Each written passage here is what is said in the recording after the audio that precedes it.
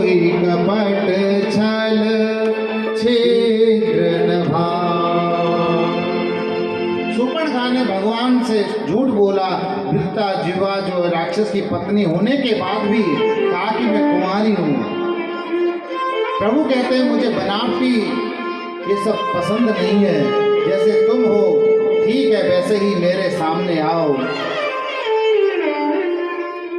विभीषण सिर्फ एक बार आया, उसके पास कोई बनावटीपन नहीं था, और एक बार और जैसे ही आए तो ये कहते कि प्रभु मैं आपका ही हूँ, तो मैं प्राणी मात्र को अभय देता हूँ, ये मेरी प्रतिज्ञा है। इस शूर्पणखा ने झूठ बोला तो लक्ष्मण जी ने इसे दंडित किया। खरदूषण के पास रोती रोती गई, राम जी ने उसका भी महाराज उद्धार कर दिया।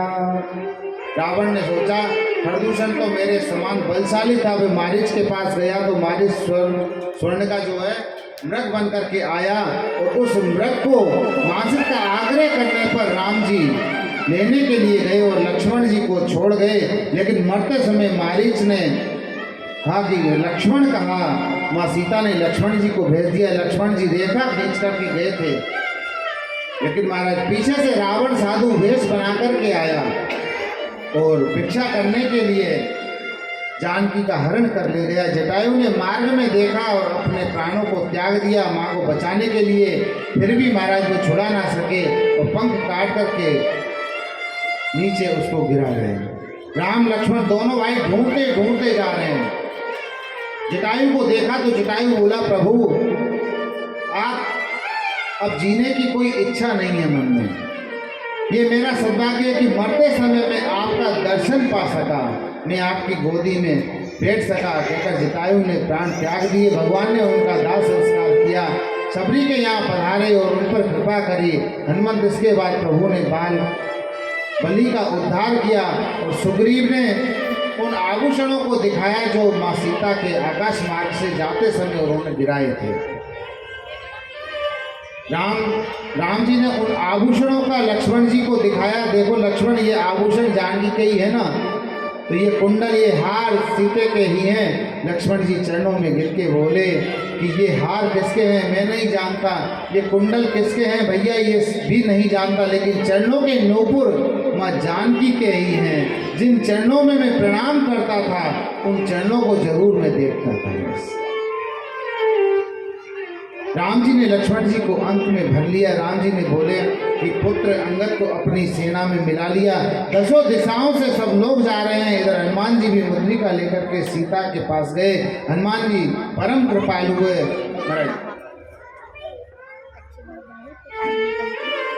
राम नाम की मुद्रिका लेकर के हनुमान जी जा रहे हैं। जटायु के भाई संपाति ने बताया कि जानकी जी तो अशोक वाटिका में है। इस तरह लंका में हनुमान जी गए और वहां जाकर के माँ सीता से मिले और लंका में आग लगा करके महाराज हनुमान जी चूड़ामणि लेकर के वापस राम जी के पास आ गए। अब सबके मन में निश्चय हो गया कि अब लंका चलना है। रामेश्वर की स्थापना की, राम नाम अंकित पत्थर समुद्र में डाले महाराज, तो संपूर्ण सेना पार हो गई और एक बार फिर अंगद को शांति दूत बना करके भेजा, लेकिन रावण ने नहीं सुना। इसके बाद में युद्ध प्रारंभ हुआ और मेघनाथ ने लक्ष्मण जी को शक्ति मारी। हनुमान जी महाराज संजीवनी बूटी लेकर के आए और कुंभकर्ण मेघनाथ मारे गए। भगवान राम ने बाण चलाया और फिर रावण की नाभि में आकर के लगा, जिससे रावण का राम नाम सत्य हो गया। बोली राजा रामचंद्र भगवान की जय। बोली रावण मर्दन भगवान की जय।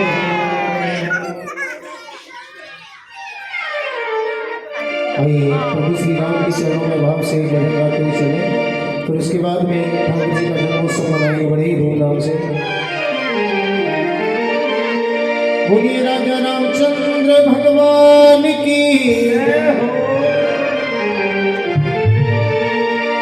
रत्नगिरी हो अयोध्यासी,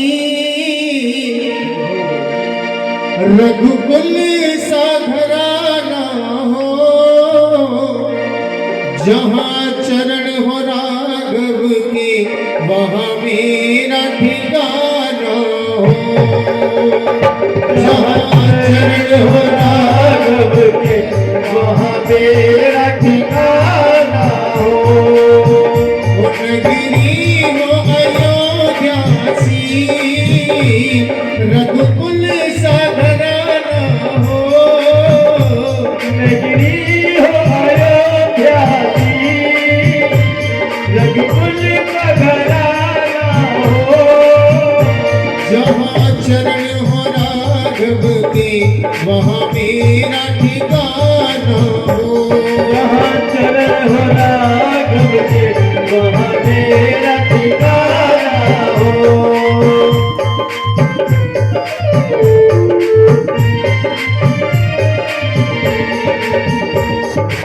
ओ लक्ष्मण सा भाई हो, ओ लक्ष्मण का भाई हो। कौशल्या माई हो।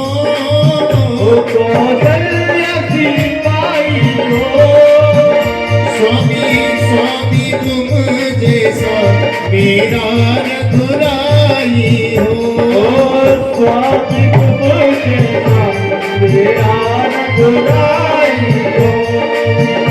नगरी हो अयोध्या सी, ओ नगरी हो अयोध्या की, रघुकुल सा घराना हो। रघुकुल का घराना हो। जहाँ चरण हो राघव के, वहाँ मेरा ठिकाना हो। जहाँ चरण हो राघव के, वहाँ मेरा ठिकाना हो। और भक्त के देव प्रभु श्री राम के चरणों में वो त्याग भगत जैसा, हो त्याग भरत जैसा, वो त्याग भगत जैसा। हो त्याग भरत जैसा। सीता सीतारी हो, सीता सीतारी हो। स्वामी लव कुश के जैसी संतान हमारी हो। स्वामी लव कुश उसके जैसी संतान हमारी हो। हो श्रद्धा हो श्रवण जैसी, श्रद्धा हो श्रवण जैसी, श्रद्धा हो श्रवण जैसी। श्रद्धा हो श्रवण जैसी। सबरी सी भक्ति हो, सबरी सी भक्ति हो। ओ हनुमान जैसी निष्ठा और भक्ति हो। हनुमान जैसी निष्ठा और भक्ति हो। अच्छा ये बताओ, भजन समझ में आ रहा है? तो एक बार दोनों हाथ उठा के ताली बजाए श्री रघुवर के चरणों में सभी गाय मिलके। हो नगरी हो अयोध्या सी, रघुकुल सा घराना हो। नगरी हो अयोध्या की, रघुकुल का घराना हो। जहाँ चरण हो राघव के, वहाँ मेरा ठिकाना हो। जहाँ चरण हो राघव के, वहाँ मेरा ठिकाना हो। जहाँ चरण हो राघव के, वहाँ मेरा ठिकाना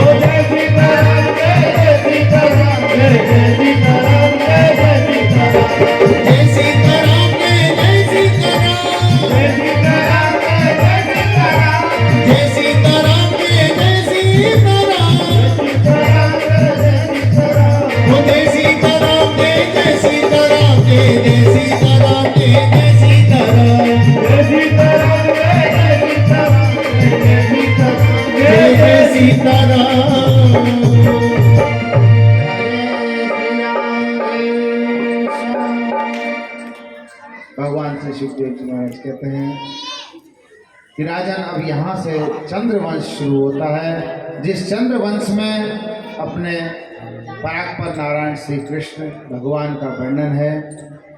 देखो, नारायण के बेटा ब्रह्मा, ब्रह्मा के बेटा अभी और अभी के बेटा चंद्रमा, चंद्रमा के बेटा बुध हुए और बुध के पुरूरवा, और पुरूरवा के वंश में आगे गादी मुनि हुए और गादी मुनि के बेटा हुए विश्वामित्र, और विश्वामित्र के जो बहन का विवाह ऋचिक मुनि से हुआ, उन्हीं के बेटा जमदग्नि हुए और जमदग्नि के बेटा परशुराम जी हुए। विश्वामित्र के वंश में आगे जब कई पीढ़ी बीत जाने पर एक राजा हुए नहुस नाम के, और नहुस राजा के बेटा हुए यति, ययाति, संयाति, आयति, वियति और प्रति। इनमें ययाति नाम के जो राजा हैं उनका विवाह शुक्राचार्य जी की बेटी देवयानी से हुआ। भगवान श्री सुखदेव कहते हैं कि राजन ययाति की जो सबसे छोटे बेटे हैं पुरु, उन्हीं के वंश में आगे चलकर दुष्यंत जी हुए और दुष्यंत जी के भरत जी हुए और भरत महाराज के वंश में आगे चल करके महाराज रंती देव हुए। इसी वंश में आगे कौरव पांडवों का वंश हुआ। और अब कहते हैं कि ययाति के जो बड़े बेटा हैं यदु, उन यदु महाराज के वंश में आगे चल करके एक राजा हुए देवमीड़, और देवमीड़ राजा की दो पत्नी थी, एक पत्नी के बेटा हुई सूरसेन और दूसरी पत्नी के बेटा हुए अर्जन्य और पर्जन्य। सूरसेन के जो बेटा हुए वसुदेव जी महाराज, इन वसुदेव जी की 7 पत्नियां थी, पूर्वी, रोहिणी, इला, भद्रा, मधुरा, रोचना और देवकी।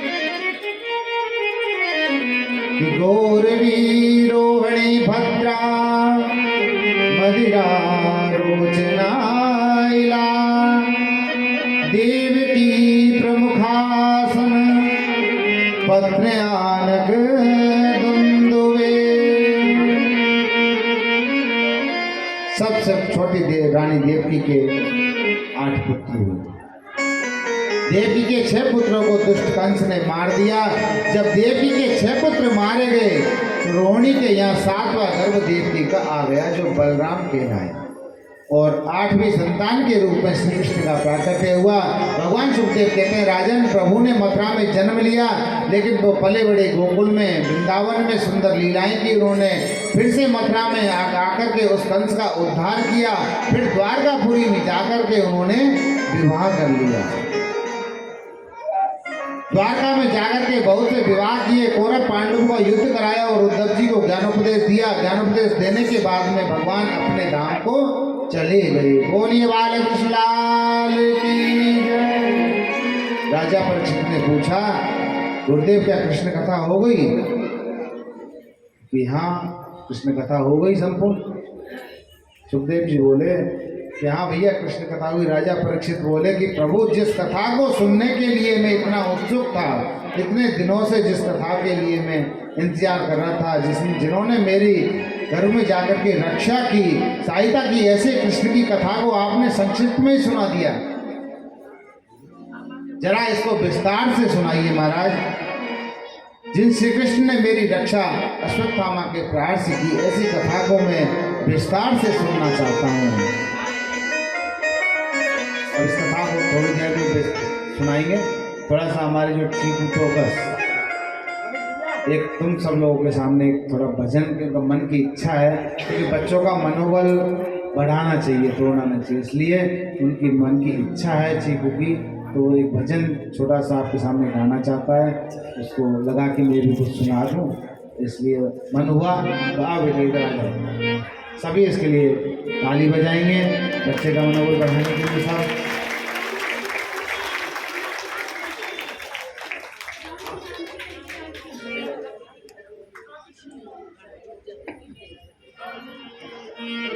छिगो इधर आके सुनाओ।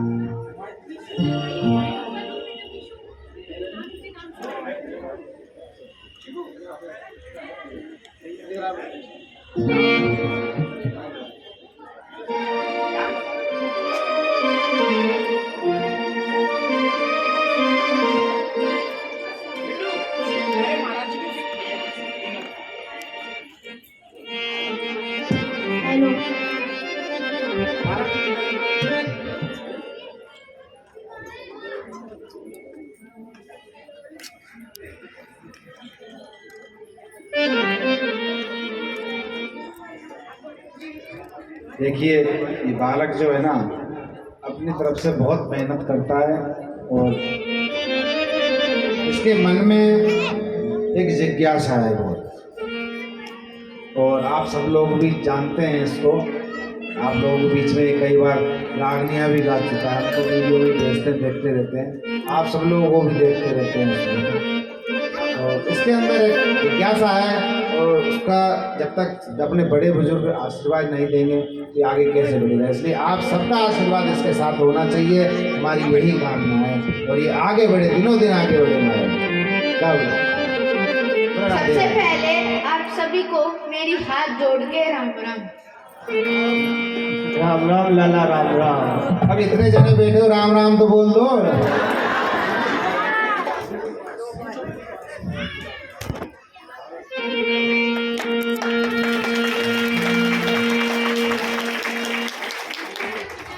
तो अभी जैसे महाराज जी ने बताया कि देव जी के 8 पुत्र हुए थे और उन सबका और 6 पुत्र का कंस ने वध कर दिया था और कृष्णा जी गोकुल में पले बड़े थे। तो उन्हें वहां पे राधा मिली, तो वो अपनी माँ यशोदा मैया से जाके कहते हैं कि माँ मेरा राधिका से ब्याह करवा दो। तो उनको कैसे मनाते हैं? राधिका गोरी से बिरज की छोरी से मैया करा दे मेरो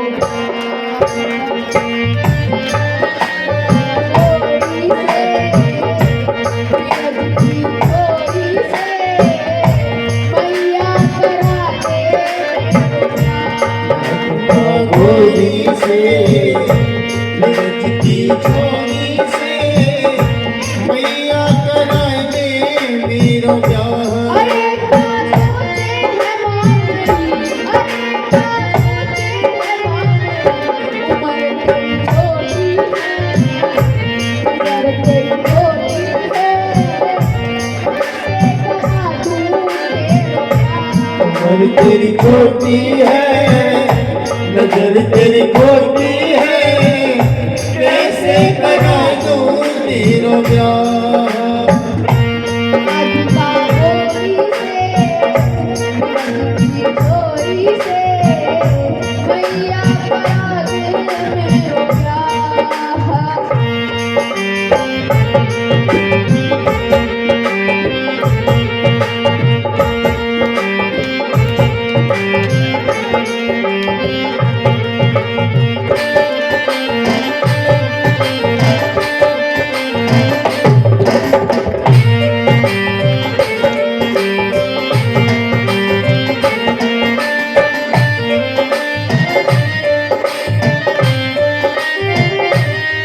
जब माँ बाप बच्चों की बात नहीं मानते तो बच्चे क्या करते हैं? गुस्सा हो जाएंगे, बात नहीं मानेंगे, खाना नहीं खाएंगे। तो ऐसे ही कृष्णा जी भी धमकी देते हैं। क्या कहते हैं? जो नहीं ब्याह कराए तेरी मैया नहीं चलाए, जो नहीं ब्याह कराए तेरी मैया नहीं चलाओ। जो नहीं ब्याह कराए तेरी मैया नहीं चलाए। जो नहीं ब्याह कराए तेरी मैया नहीं चलाओ। आज के बाद मेरी मैया तेरी तेरी चलाऊं। आज के बाद मेरी मैया तेरी तेरी बनना। आएगा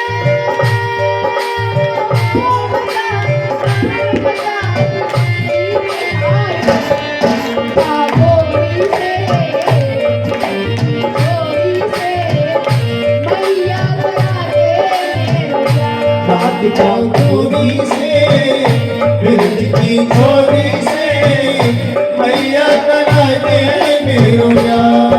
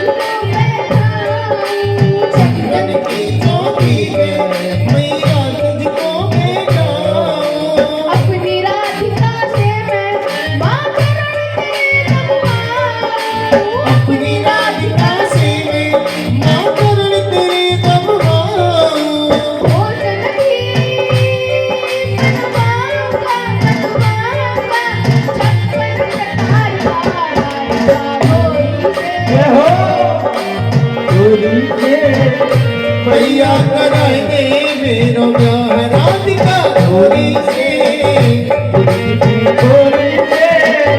भैया कराए मेरो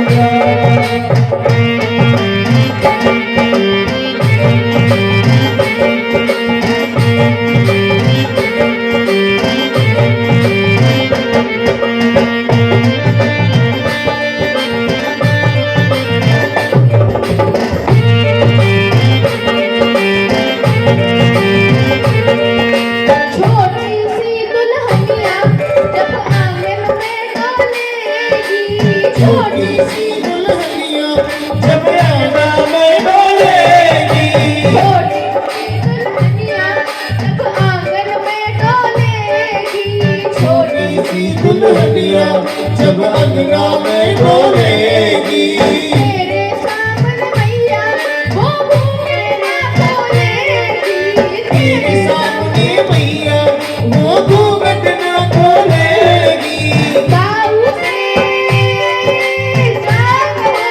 जाकर बैठेंगे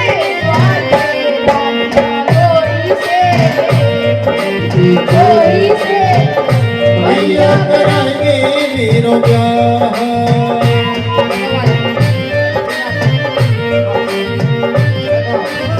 भाई इसमें भैया को भी बुला पाए।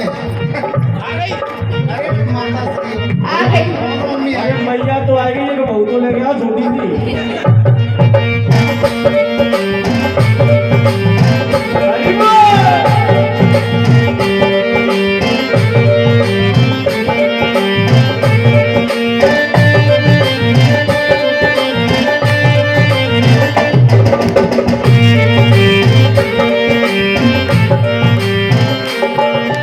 सुन बातें लाला की मैया बैठी मुस्काए, सुन बातें लाला की मैया बेटी मुस्काए सुन बातें लाला की मैया बैठी मुस्काए, सुन बातें लाला की मैया बेटी मुस्काए लेके बलैया मैया सीने से अपने लगाए, लेके बलिया मैया अपने सीने से लगाए नजर कहीं लग जाए ना मेरे लाल को बाबा गोरी से मिर्च की चोरी से मैया करा दे मेरो प्यार राधिका गोरी से मिर्च की चोरी से मैया करा दे मेरो प्यार उम्र तेरी छोटी है, नजर तेरी खोटी है, कैसे करा दूं तेरा प्यार, तेरी छोटी है नजर तेरी छोटी है कैसे कराए दूं तेरा प्यार मैया करा दे मेरा प्यार। मैया कराए दे मेरो प्यार गुरुवार की बिहारी लाल की देखिए कितना सुंदर मीठो भजन गायो जो लाला ने तभी तो जाको नाम चीकू है। हाँ अब लाला हमें तो नहीं बताइए चीकू आ रहे हो गाएंगे तेजस्वी नाम भैया इसका हम तो चीकू बहुत सुंदर जोरदार तालियां ऐसे छोटे बच्चों के लिए बहुत हौसला करती है जो गाना कोई अच्छी चीज है तो भैया बड़ी मेहनत करनी पड़ती है बहुत सुंदर। आप सभी को मैं बार बार धन्यवाद देता हूँ जो आपने इतने अच्छे से मेरे को साथ दिया गाने में ताली बजा के और इतने प्यार से मेरा गाना सुना। चिंता मत करें हम तेरे ब्याह की जल्दी देखेंगे अब दोस्तों। राधे राधे।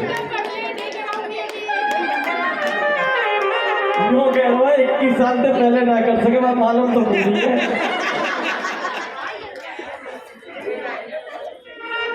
बच्चे हैं कम से कम इतना हिम्मत तो की उसने।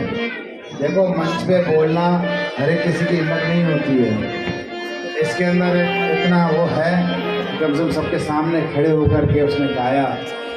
ऐसे ही धीरे धीरे आप लोग इसको आशीर्वाद देते रहोगे, आगे बढ़ता रहेगा। और बड़ा ही सुंदर भजन उसने गाया।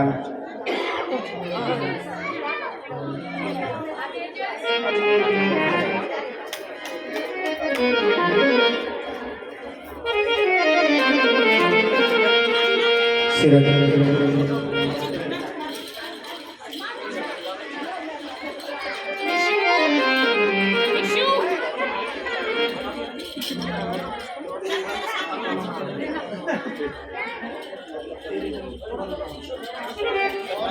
कृष्ण लाल की जय। जय जय श्री राधे श्याम। हाँ भैया अब सभी शांति बनाए, कथा श्रवण करें ठाकुर जी की। हमारे लाला को आगे को समय है हुए, तो इसलिए सब शांति बना के रखो। बस थोड़ी देर लाला के जन्म उत्सव को आनंद लेंगे सभी लोग।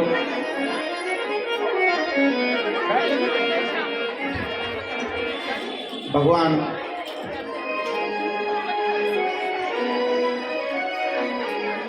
सुखदेव जी कहते हैं कि परीक्षित, तुम में कथा सुनते हुए कई दिन हो गए, थोड़ा तुम ऐसे करो, कुछ जलपान कर लो, पानी आनी पिया। तुमसे नहीं कह रहा हूँ कि तुम सोच रहे हो, तुमसे बोल रहा हूँ पानी आनी पिया। हाँ कहीं उठ के चलो, तुम्हें तो चाय पिला दी हमने पहले ही।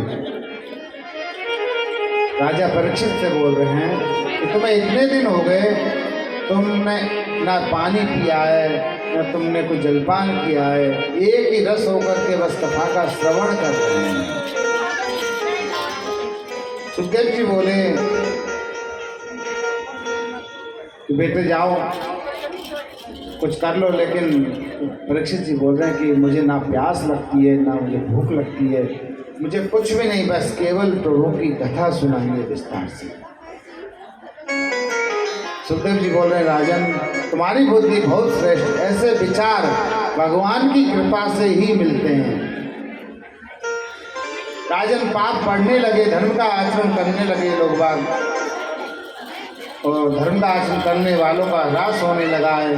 तब प्रभु धरती पर अवतार लेकर के आके जब एक बार गो रूपी पृथ्वी पाप कर्मों से दुखी होकर के देवताओं के पास में गई, तो वहाँ जाकर के महाराज उसने अपना दुख बताया। तब देवता भगवान की शरण में गए। तब श्री नारायण भगवान ने देवताओं को आश्वासित किया था कि मैं तुम्हारी रक्षा के लिए, धन की रक्षा के लिए अवतार धारण करूँगा, और जब आप सबके कष्ट की निवृत्ति होगी, लेकिन आप सबको भी मेरे साथ ग्वाल वाल बन करके आना होगा। मेरी लीला में आप सबको भी आना होगा, सहयोगी बनना पड़ेगा। ये भगवान ने देवताओं को कहकर के आश्वासित कर दिया। श्री सुखदेव जी कहते हैं राजन, द्वापर में मथुरा के एक बड़े यशस्वी राजा हुए जिनका नाम था अग्रसेन। अग्रसेन जी महाराज के संतान न होने के कारण वह ये बहुत दुखी थे। एक बार जब अग्रसेन जी की पत्नी गर्भवती हुई तो महाराज एक दिन वो वन में चली गई घूमने के लिए। उस वन में जाकर एक राक्षस रहता था जिसका नाम था ध्रुमिल, और ध्रुमिल राक्षस की जो है ना नजर उस गर्भस्थ शिशु पर पड़ गई। अब उस बालक ने जन्म लिया, उसी को हम कंस कहते हैं। जन्म लेते ही कंस के बारे में ब्राह्मणों ने पहले ही बता दिया कि ये बालक जिस वंश का है उस वंश को ये नाश कर देगा। तो उग्रसेन जी ने यमुना में कंस को प्रवाहित कर दिया। बलदेव जी के पिता श्री सुरसेन जी को ये नदी में मिला और उसको लेकर के घर पर आ गए। इस कंस और बलदेव जी का लालन पालन दोनों का एक ही साथ हुआ था। अब हुआ क्या, कंस बड़ा हुआ तो नारद जी के द्वारा कंस को पता लगी कि मैं उग्रसेन का बेटा कंस हूँ और पंडितों ने मुझे यमुना में भिजवा दिया है।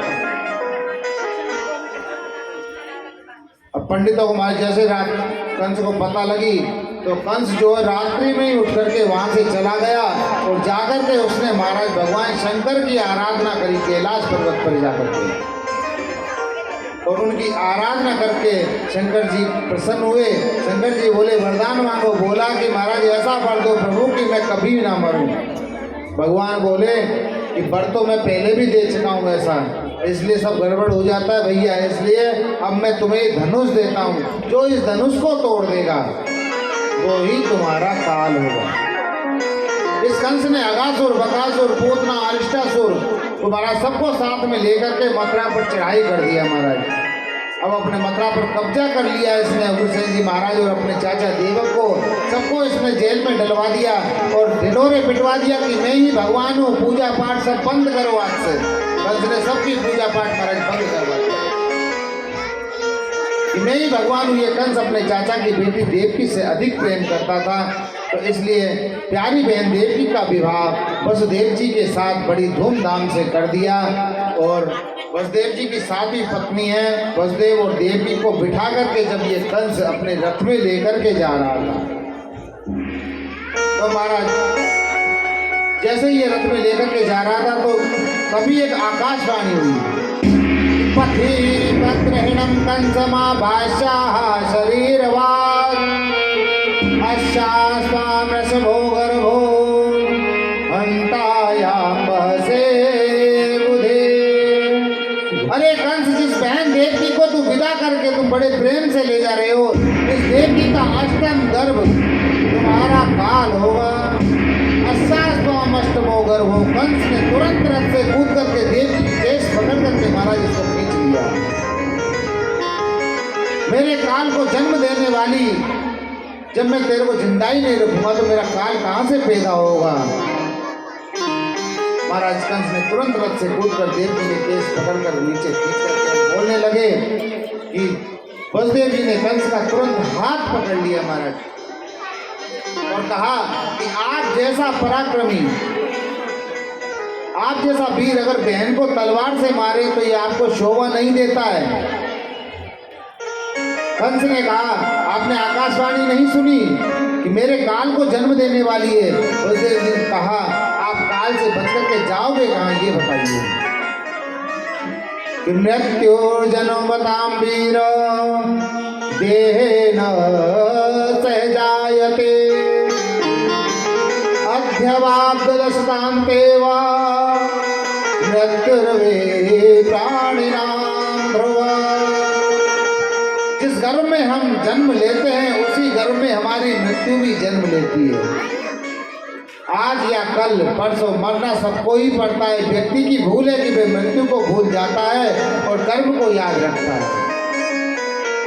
तुमसे सब लोग क्या कहेंगे, कंस बड़ा ही पराक्रमी बनता था, लेकिन बताओ अपनी ही बहन को मार दिया इसने। तुम्हें वचन देता हूँ, क्योंकि तुम्हें देवकी से तो भय नहीं है ना, देवकी के पुत्रों से तुम्हें भय है। इसलिए जितने भी देवकी के गर्भ से जितने बालक जन्म लेंगे वो सब बालक मैं तुमको अपने आपके हाथों में ला करके दूंगा, परंतु तुम देवकी को मत मारो, उनको छोड़ दो। कंस ने दोनों को कारागार में डाल दिया महाराज और हथकड़ी पहना दी। वसुदेव जी की 5 पत्नी तो ससुर जी के साथ में पास में महल में सुरक्षित है। बड़ी पत्नी रोहिणी जी है जो गोकुल में है, नंद बाबा के यहाँ ईश्वर जी के साथ रहती है। देवकी वसुदेव जी के साथ में है। महाराज वसुदेव जी का पहला बेटा हुआ जिसको दुष्ट कंस ने मार दिया। दूसरा बालक हुआ, उसको भी दुष्ट कंस ने मार दिया। तीसरा हुआ, इस प्रकार से उसने 6 बालक मार दिए महाराज। अब भगवान को बड़ी चिंता हुई, ये तो बड़ा गड़बड़ हो रहा है महाराज कि जो भी बालक जन्म लेता है उसको सबको मार देता है, लेकिन ये बालक तो शेषनाग के अवतार हैं। अब भगवान ने योग माया से कहा कि जो कंस है जन्म लेते ही बालकों को मार देता है, तुम एक काम करना कि जो 7वें बालक को देवकी के गर्भ से हटा करके और गोकुल में रोहिणी के गर्भ में पहुंचा देना। माता यशोदा के यहाँ तुम पुत्री बन करके जन्म लेना। जब मैं 8वीं बार जन्म लूंगा तो वसुदेव जी मुझे नंद बाबा के यहाँ छोड़ आएंगे और तुम्हें ला करके कंस को दे देंगे। योग माया ने कहा, भगवान ये सब तो ठीक है, पर इसके बदले मुझे क्या मिलेगा।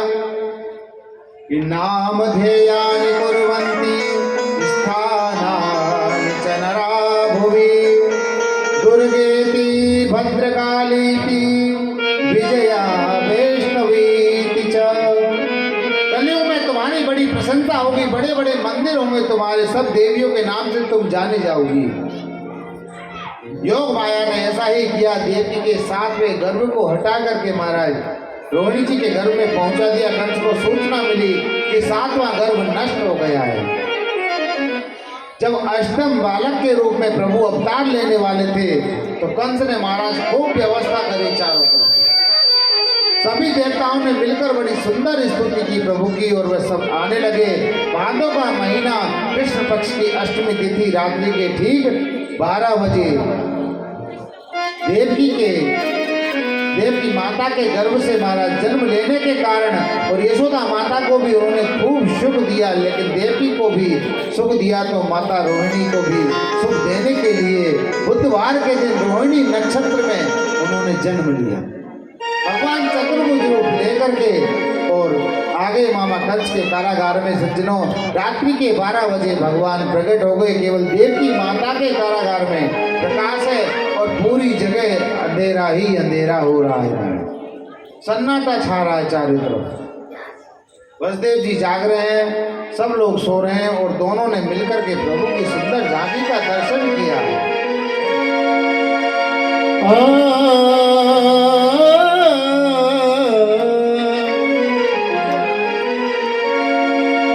कभी नरसिंह बनकर पेट हिरण्यकश कबो फाड़े, कभी अवतार लेंगे राम का रावण को संगारे, कभी श्री श्याम बन करके पटक कर कंस को मारे। दसों गुरुओं का ले अवतार वही हर रूप तेरा रे। धर्म का लोप होकर जब पाप में संसार होता है, दुखी और दीन निर्बल का जब हाहाकार होता है, प्रभु के भक्तों पर जब घोर अत्याचार होता है, तभी संसार में भगवान का अवतार होता है। बोलिए बाल कृष्ण भगवान की पहरेदार सो गए हैं, पहरेदार सो गए हैं, पहरेदार सो गए हैं, पहरेदार सो गए हैं। वो खुल गए ताले मुरली वाले पैदा हो गए, पहरेदार सो गए हैं, पहरेदार सो गए हैं। वो खुल गए ताले मुरली वाले पैदा हो गए, पहरेदार सो गए हैं, पहरेदार सो गए हैं। जब जेल में हुआ उजाला देवों ने पुष्प बरसाए,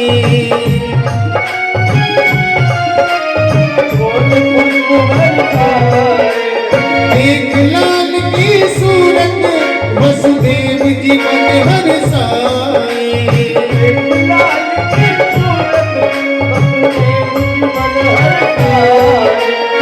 आया ख्याल कंस का मन में दोनों रो गए, पहरेदार सो गए हैं, पहरेदार सो गए हैं। हरि बोल।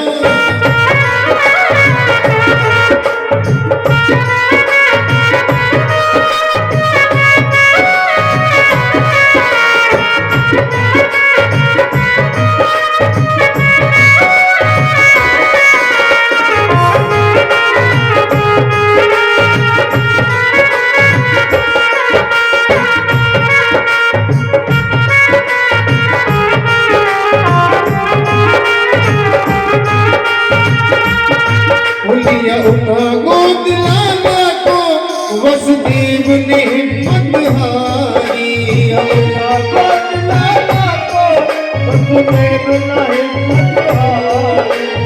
यमुना में पिलारे घनघोर गिरी अंधियारी, यमुना में पिलारे घनघोर गिरी अंधियारी। वो झूमत चरण उतर गई यमुना गोकुल को गए, पहरेदार सो गए हैं, पहरेदार सो गए हैं। वो खुल गए ताले मुरली वाले पैदा हो गए, पहरेदार सो गए हैं, पहरेदार सो गए हैं।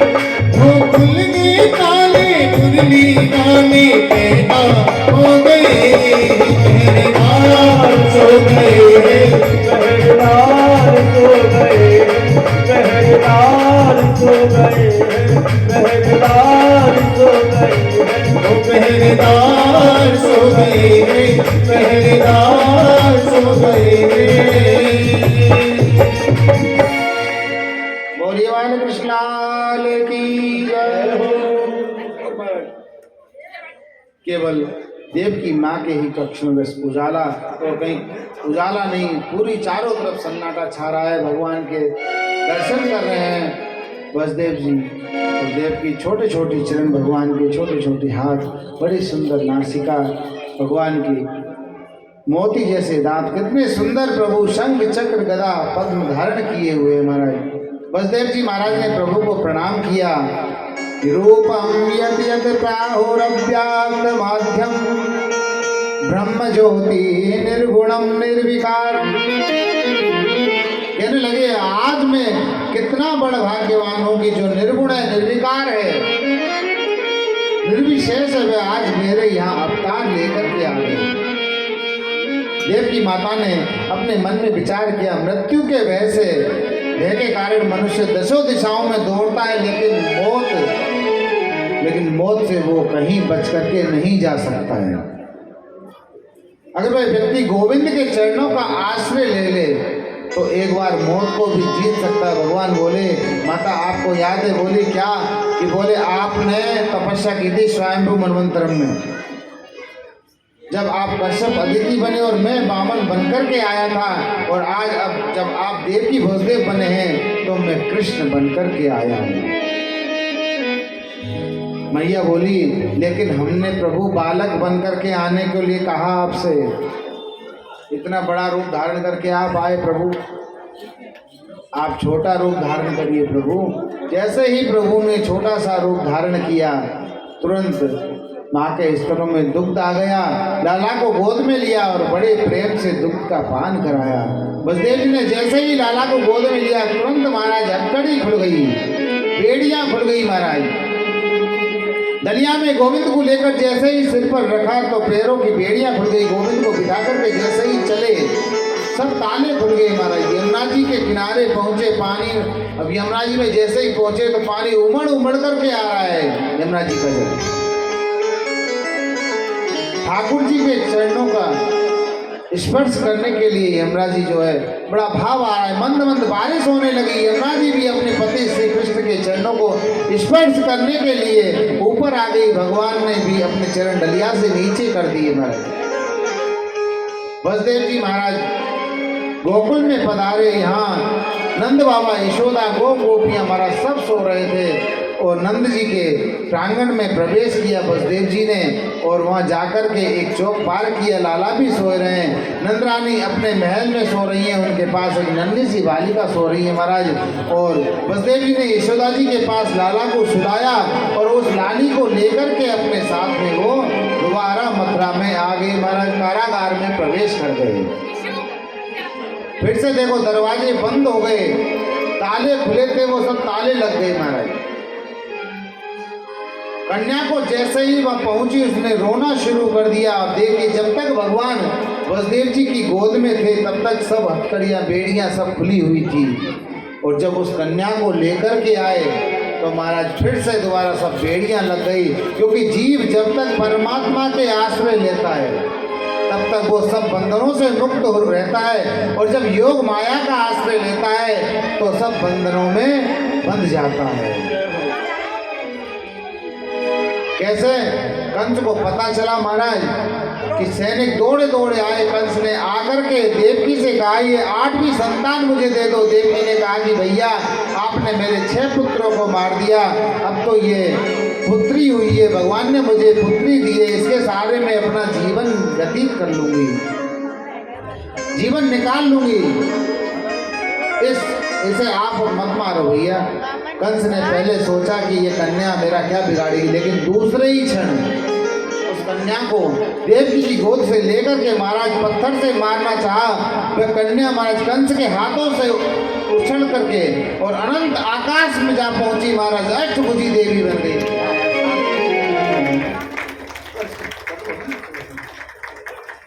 आकाश में जाकर के पहुंच गई महाराज। किं मया हत्या मंद जात खलु तवान् कृत यत्र तवा पूर्व शत्रुर्मा कृपणान् वृथा। अरे दुष्ट कंस, तू मुझे मारना चाहता है, लेकिन तेरे काल ने तो कहीं ब्रज में जन्म ले लिया है। कंस मन में सोचने लगा कि इतनी व्यवस्था करने पर भी वो कैसे निकल गया। चिंता बढ़ गई महाराज। इधर गोकुल में जो नंद बाबा हैं 75 वर्ष के है गए हैं, लेकिन अभी तक कोई लाला नाय भयो है। इनकी 2 बहनें नंदा और सुनंदा। महाराज वो 6 महीना पहले ही नंद बाबा के घर पर आ गई हैं, आके रेवे लगी। भाभी की महाराज खूब सेवा करी, खूब सेवा करने लगी। बसदेव जी जब अदला बदली करके ले गए, गाँव को पतो नहीं चली महाराज। अब 9वीं को सुबेरे 4 बजे सुनंदा जी ने आज देखी भाभी तो यशोदा जी बड़ी जल्दी जल जायो करे, आज कैसे ना जगी का बात है। तो महाराज जाकर के देखूं तो सही। तो जैसे ही यशोदा जी के कक्ष में प्रवेश किया तो नंद रानी के पास में एक नन्नो सो लाला सोए रहे हुए और सुनंदा जी की आंखों में अश्रु धारा बह रही है। लाला को देख करके वो गदगद हो गई हैं। बोलिए नंद के लाला की जय। सोचने लगी कि यह समाचार मैं सबसे पहले नंद बाबा को सुनाऊंगी, वो कितने खुश होंगे। नंद बाबा गौशाला में बैठे बैठे आज जप कर रहे हैं। आपको मालूम कायब कर रहे हैं कि अभई तो नाय भैया, अभई तो नाय भयो, अभई तो नाय भो, ये बाला का जप कर रहे हैं महाराज। सुनंदा दौड़ी दौड़ी गई, नंद बाबा से बोली भैया बधाई हो। नंद जी बोले दादी काय बात की बधाई? अरे जो माँ पहले बताओ तुम लोग कहा दोगे, ये बताओ। कह रहे तू जो मांगेगी बात तो देंगे, लेकिन पहले बता बधाई का बात की है। सुनंदा बताते बताते रो पड़ी भैया आपकी तपस्या आज सफल है गई है, आपको नीलमणि जैसो लाला भयो है। ये समाचार सुनते ही नंद बाबा 75 वर्ष के जो थे ना महाराज, वो 20 वर्ष के हो गए। खुशी का ठिकाना नहीं रहा महाराज। माथे पे चंदन लगायो और मोचन में महाराज, और आंखन पे काजल लगायो और मोचन पे इत्र लगायो महाराज, और अंडा देकर के चल दिए। नंद बाबा दौड़े दौड़े सांडिल्य मुनि ऋषि के पास आए, बोले गुरुजी आपकी कृपा से लाला भयो है। महाराज सांडिल्य मुनि बोले यजमान हम तो रात भर सोए ही नहीं आज। 108 ब्राह्मणों को लेकर के सांडिल्य मुनि वहाँ पधारे और पल्ला में महाराज सो रहे जो बालकृष्ण लाल, उनको सब ब्राह्मणों ने लाला को आशीर्वाद दियो और ब्राह्मणों द्वारा फिर आशीर्वाद देकर के स्वस्ति वाचन कराया। हरि ओम। स्वस्ति न इंद्रो वृद्धस्रवः स्वस्ति न मूका विश्ववेदाः स्वस्ति नश्चारचो अरिष्टनेमि स्वस्ति नो बृहस्पतिर्दधातु प्रगानस्वा मरुतः कृष्णेवातरः सौभाग्यवानो विदधे को जगमायाः अग्निर्जिह्वामनवः सूरचक्षुषो विश्वेदो देवा अवशागमाग्निहं भद्रं कर्णेभिः श्रेणुयामदेवा भद्रं पश्येमा शर्विर्जयतराः तेनैराङ्गैर्दृष्ट्वा वंशस्तनो गिर्वसीमहि देवहितं जनायुः।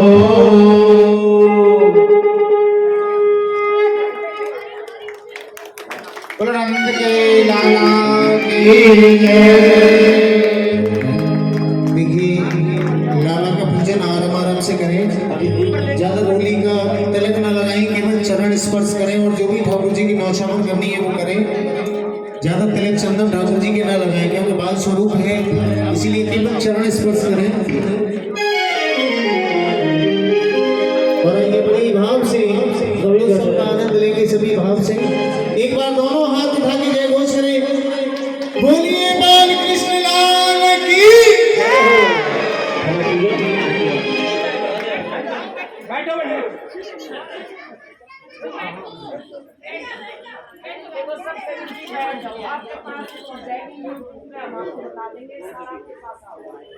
लेकिन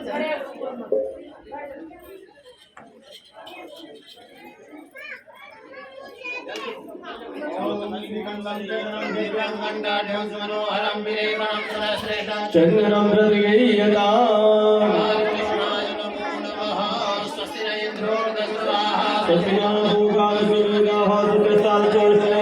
स्वस्ति नो बृहस्पतिर्ददातु चंद्रम लेव्यामि स्नानं समर्पयामि ततो भोगम माता ने श्री का भोग लगाए। अरे मैया कहाँ गई? कल हाथ खड़ो कर रही गई। माखन को भोग लग रहे हो, लाला को खाए कटोरी। हाँ, सोने की कटोरी। चांदी क्यों न लाए हो कोई? देखो माखन मिश्री सभी लाए हैं। उस माखन का ठाकुर जी को भोग लग रहा है और बड़े प्रेम से। आज जैसे ही ठाकुर जी को जन्म भयो तो ठाकुर जी कैसे बन गए? देखो कैसे बने हैं कि आज बरसी सी ब्रज नारी बनी, कि आज बर्फी सी ब्रज नारी बनी। अरे गुजिया सी गोपी और पूजा सी ग्वाला, मोहन थार से प्यारे बने बलदेव जी। रस खीर सी रोहिणी रूप रसाला। रस खीर कहते क्या में? रस खीर जानो? रस खीर कहते क्या में? बताओ तो मैं बताए ना, हमारे ब्रज में बने रस खीर के में गन्ना के रस में चावल डाल के जो खीर बने बातें के में रस खीर की। रस खीर सी रोहिणी रूप रसाला। अरे नंद महीप बने नमकीन और गोकुल गोप सब गरम मसाला। अरे जायो यशोदा जलेबी सी रानी में, रबड़ी सी रात में लड़ुआ सो। अरे जायो यशोदा जलेबी सी रानी में, रबड़ी सी रात में लड़ुआ सो डाला। सबसे पहले यहाँ पर पूजन चलेगा। पूजन परिचित जी द्वारा होगा। बाकी सब ठाकुर जी को बधाई देते हुए अपने अपने स्थान पर बैठे रहेंगे। उसके बाद में लूटपाट की लीला होगी। हरि ब्रज में हेरी जय जयकार नंद घर लाला जायो हे। ब्रज में हेरी जयकार नंद घर लाला जायो हे। ब्रज में हेरी जय जयकार नंद घर लाला जायो हे। ब्रज में हेरी जय जयकार नंद घर लाला जायो हे। हरि लाला जायो हे, नंदघर लाला जायो हे। ओ लाला जायो है, नंदघर लाला जायो है। ब्रज में हेरी जय जयकार नंदघर लाला जायो हे। ब्रज में हेरी जय जयकार नंदघर लाला जायो हे।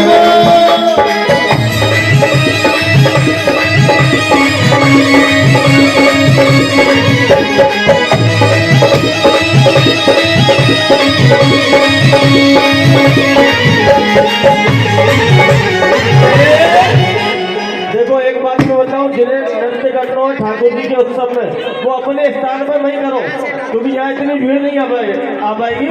पूजन वाले यहाँ आते जाए, पूजन करके, और जिनको नाचना है वो अपनी जगह पे नाचो। सब अपनी अपनी जगह पे नाचो। श्री हरि नंद घर आवे, नंद घर आवे। बाल सब मिल के गावे, बाल सब मिल के गावे। ब्रह्मानंद समान आज सुख सब निभायो हे। ब्रह्मानंद समान आज सुख सब निभायो है। ब्रज में हेरी जय जयकार नंदघर लाला जायो हे। हेरी जय जयकार नंदघर लाला जायो हे।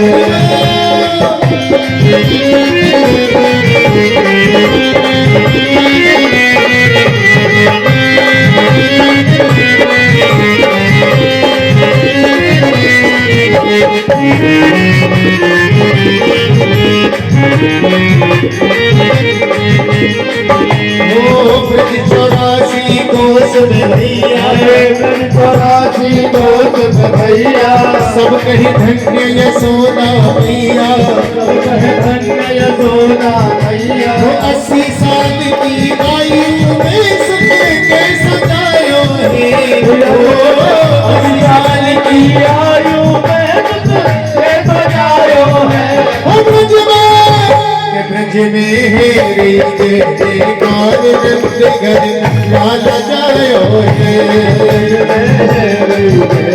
कार नंद लाला जायो है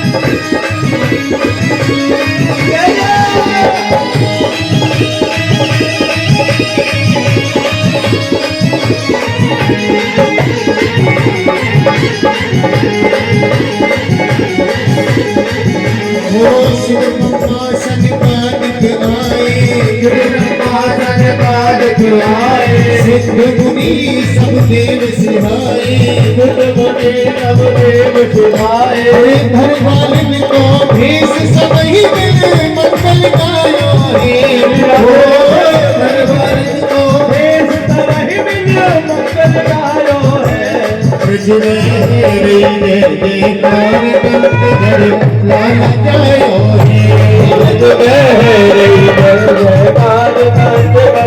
लाला जायो है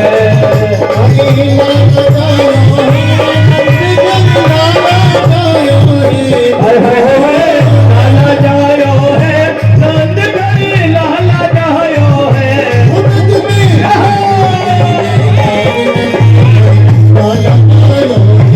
ब्रज में कार नंद लाला जायो है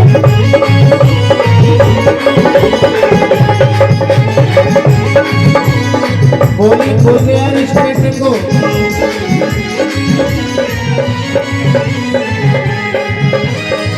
सौ बार बधाई भक्तों सौ बार बधाई भक्तों सौ बार बधाई भक्तों बधाई भक्तों लाखों बार बधाई नंद जी के अंगना में बकरी आज बधाई अंगना में बज रही आज बधाई नंद जी के अंगना में के अंगना में बज रही आज बधाई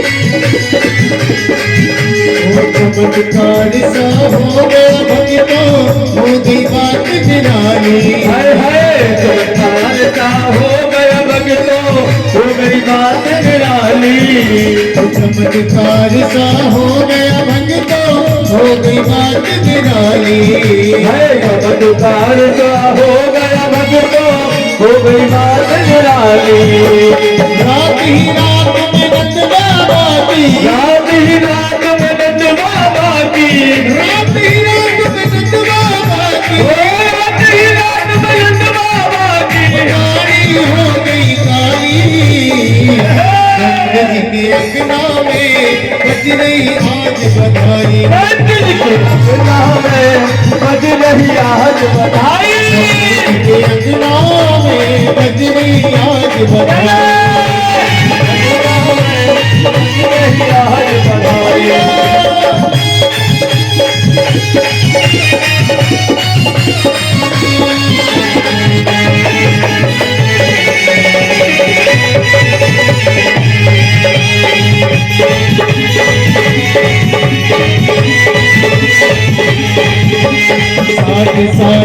बूढ़े देखो हो गए आज जवान। 60 साल के बूढ़े देखो हो गए आज, 60 साल के बूढ़े देखो हो गए आज जवान। 60 साल के बूढ़े देखो हो गए आज जवान। हो नाचे कूदे धूम मचावे, नाच कूदे धूम मचावे, नाचे कूदे धूम मचावे, ओ नाच कूदे धूम मचावे। गावे मीठी तार नंद जी के अंगना में बजने आज बधाई। आज बधाई, नंद जी के अंगना में बजने आज बधाई। ओ नाच के अंगना में बज रही आज बधाई।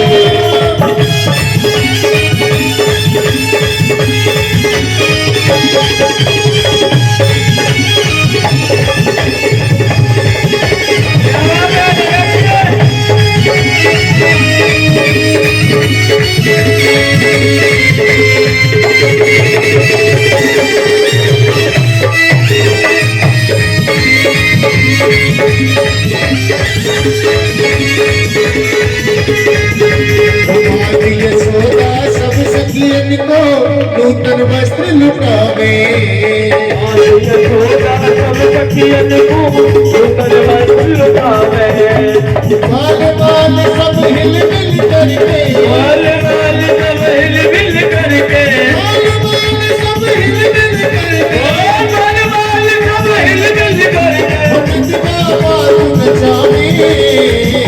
नंद जी के अंगना में बज रही आज बधाई। नंद जी के अंगना में बज रही आज बधाई। नंद जी के अंगना में बज रही आज बधाई। नंद जी के अंगना में बज रही आज बधाई। नंद जी के अंगना में बज रही आज बधाई।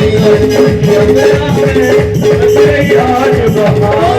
कृष्ण कन्हैया लाल की जय हो। देखिए अब जितने भी खड़े हैं वो सब पहले तो बैठ जाओ। हाँ, और सभी की अभी लूटपाट की लीला होगी, बड़ी अच्छी सुंदर सबने लूट लो है, लेकिन बैठ जाओगे तभी लूटपाट की लीला होगी। और नंद बाबा कहाँ गए भैया? आजा भैया, बधाई बधाई। क्या नंद बाबा दिख रहे?